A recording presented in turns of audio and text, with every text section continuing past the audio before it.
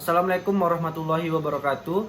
Nama saya Rizky Aldi, NIM 21030491, kelas 2 Rek A MGT 1. Di video kali ini saya akan membahas materi-materi mata kuliah pengantar manajemen. Materi yang pertama yang akan saya bahas yaitu konsep dasar manajemen bisnis. Yang pertama, organisasi. Organisasi adalah sekelompok orang yang bekerja sama dalam struktur dan koordinasi tertentu dalam mencapai serangkaian tujuan tertentu. Ada dua jenis, yaitu organisasi profit oriented dan organisasi non-profit.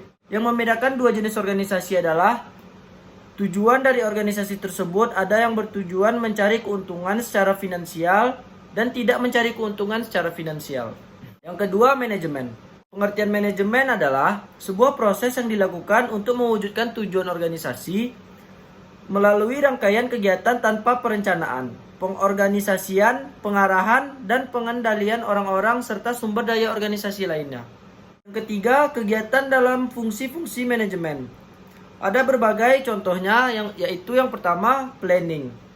Planning penentuan tujuan dan bagaimana cara penyampaian yang terbaik. Yang ada juga yang kedua, organizing. Organizing yaitu penentuan bagaimana penyusunan organisasi dan aktivitas dapat dilakukan. Yang ketiga, leading. Leading yaitu proses memotivasi anggota organisasi agar planning dapat dijalankan.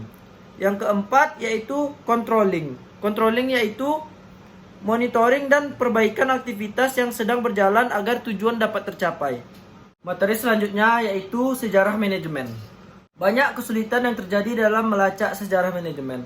Namun diketahui bahwa ilmu manajemen telah ada sejak ribuan tahun yang lalu. Hal ini dibuktikan dengan adanya piramida di Mesir.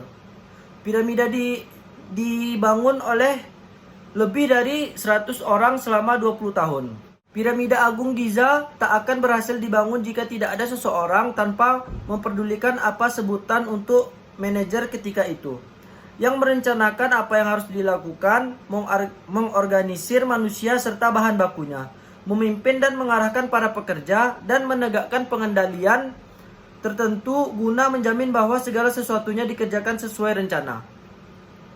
Daniel Wern membagi evolusi pemikiran manajemen dalam 4 fase, yaitu pemikiran awal, era manajemen sains, era manusia sosial, dan era modern. Yang C, lingkungan bisnis. Apa itu lingkungan bisnis? Lingkungan bisnis adalah keseluruhan unsur atau elemen yang dapat mempengaruhi perilaku dan kinerja organisasi untuk menciptakan pendapatan dan keuntungan. Beberapa hal yang membentuk lingkungan bisnis adalah kompetitor, pemasok, media, kelompok pelanggan, pemerintah, kondisi pasar, kondisi ekonomi, teknologi, pemodal, tren, dan beragam pihak lain yang berasal dari luar perusahaan. Jenis dan lingkup lingkungan bisnis. Yang pertama yaitu lingkungan khusus atau sering disebut mikro. Bagian dari lingkungan yang secara langsung relevan bagi organisasi dalam mencapai tujuannya. Yang kedua, lingkungan umum yang sering disebut makro. Kondisi yang mungkin dapat mempengaruhi dan mempunyai dampak terhadap organisasi. Namun, relevansinya tidak sedemikian jelas.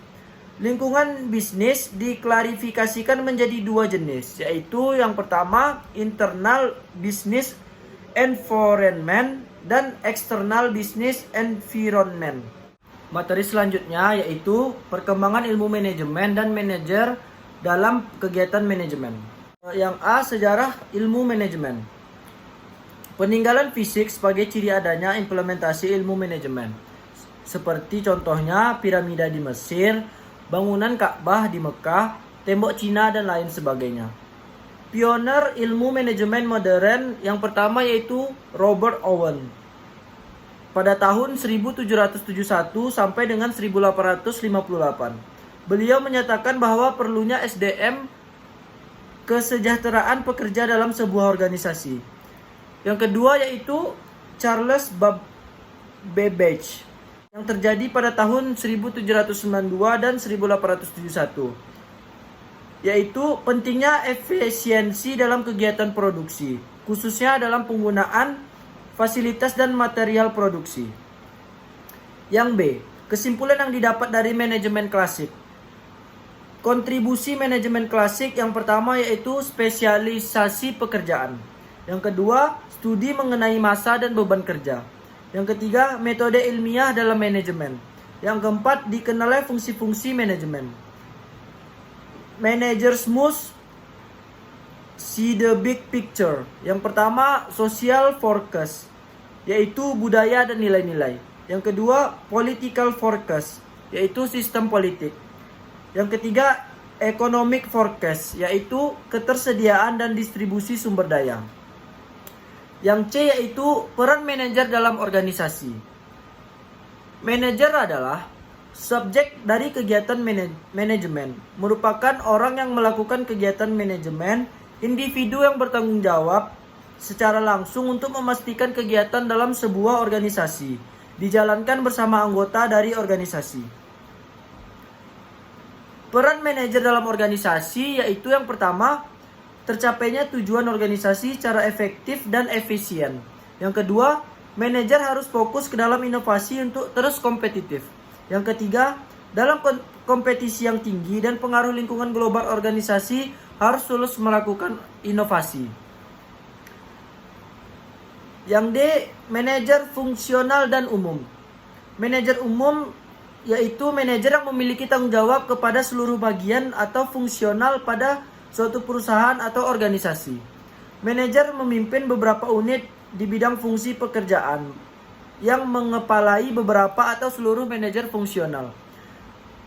Manajer fungsional adalah manajer yang memiliki tanggung jawab pada satu bagian fungsional perusahaan atau organisasi saja dan tidak ikut campur pekerjaan fungsional pada bagian lain.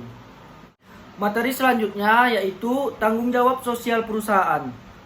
Pengertiannya adalah suatu konsep bahwa organisasi, khususnya perusahaan, adalah memiliki suatu tanggung jawab terhadap konsumen, karyawan, pemegang saham, komunitas, dan lingkungan dalam segala aspek operasional perusahaan, seperti terhadap masalah-masalah yang berdampak pada lingkungan seperti polusi, limbah, keamanan produk, dan tenaga kerja.